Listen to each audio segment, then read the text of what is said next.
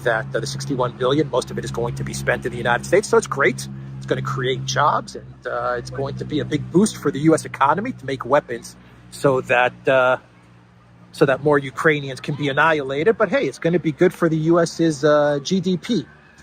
But so she talks about that as well.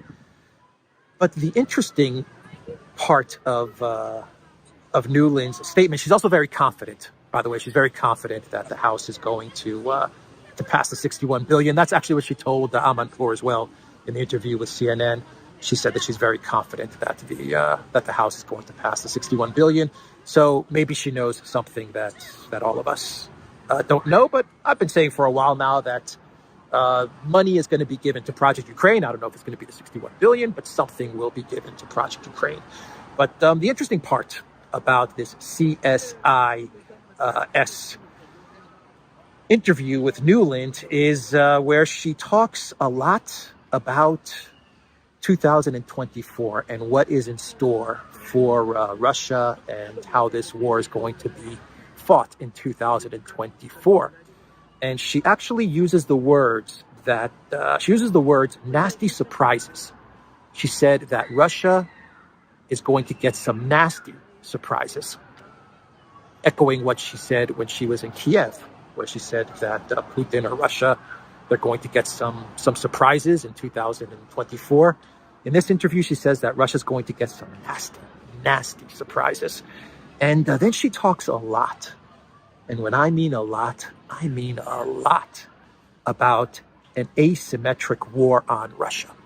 She actually uses the word asymmetric a bunch of times in this interview. Let me read you a couple of paragraphs, a couple of statements from Nuland at this CSIS interview, where she talks about this 2024 asymmetric war that is going to be waged on Russia.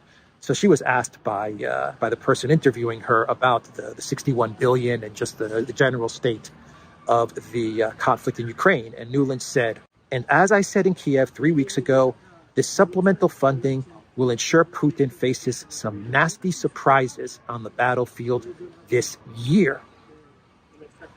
Nasty surprises. Whatever could Nuland mean? So she was asked by the interviewer about these Ukraine battlefield successes. And Nuland said most of them have been in the asymmetric realm. The damage they've been able to do to the Black Sea Fleet, surprise attacks in places where the Russians weren't expecting them, good use of some of the long-range fires that the UK and others have helped provide.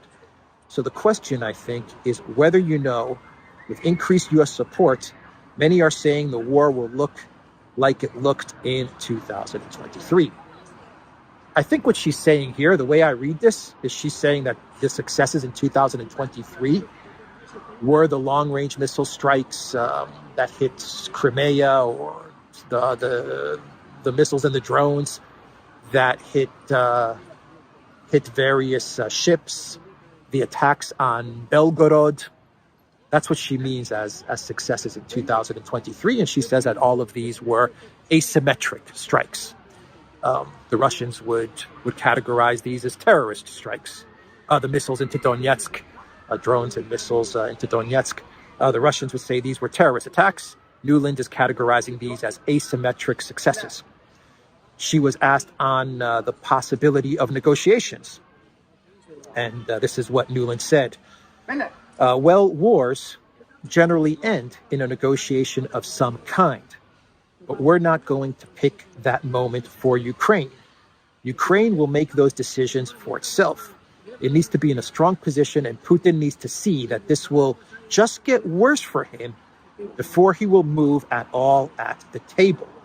As I said, you know, this current offer is, I keep what I've got, and we'll talk about the rest that's currently yours. And that's not sustainable. But I do think if we can continue to support Ukraine, if they can have a strong 2024 of asymmetric warfare, Putin will probably wait and see what politics bring him. But there is certainly a negotiation to be had when Ukraine is in a stronger position. And you know, we've made clear that if our help is wanted, we'll be there.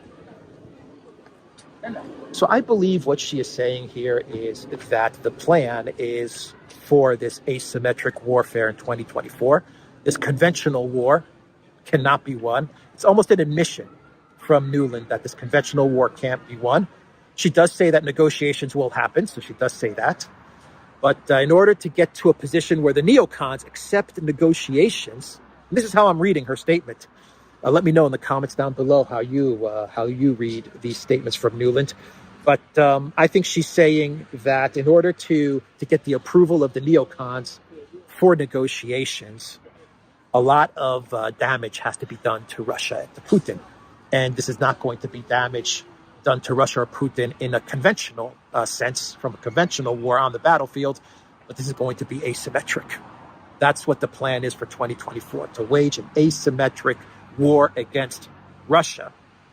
Now, the interviewer understood this, and he asked the next question, which I think is very relevant, because if you're talking about an asymmetric war, are you talking about it being confined just to the battlefield, or are you talking about asymmetric warfare in Russia, into Russia, on Moscow, on Belgorod, towards Rostov, into Crimea? And that was the question that the interviewer posed to Nuland. So he asked Nuland, are you talking about hitting Russian territory? And she said, I'm obviously not going to talk about our private messages to Ukraine. I would simply say that when you see the asymmetric things that Ukraine is now able to do, it is matching things that Russia has already done largely. So, when you listen to Nuland, chief neocon, the mother of Project Ukraine, and you listen to her talk about an asymmetric war in 2024 being waged on Russia, the neocon thinking, and when you listen to Nuland, this is the neocon thinking that you're getting. That's why it's so important. I think this interview is so important. When you listen to Nuland, you're getting the neocon strategy, and it looks like the strategy is asymmetric war on Russia. Russian territory is absolutely in play. And if you can inflict enough damage to Putin and enough terror onto Russia, then you can push Putin to the negotiating table. That seems to be, in summary, roughly, that seems to be what she's hinting at. Anyway, that is the interview to CSIS from Victoria Nuland. And now let's talk about the Wall Street Journal, which put out an article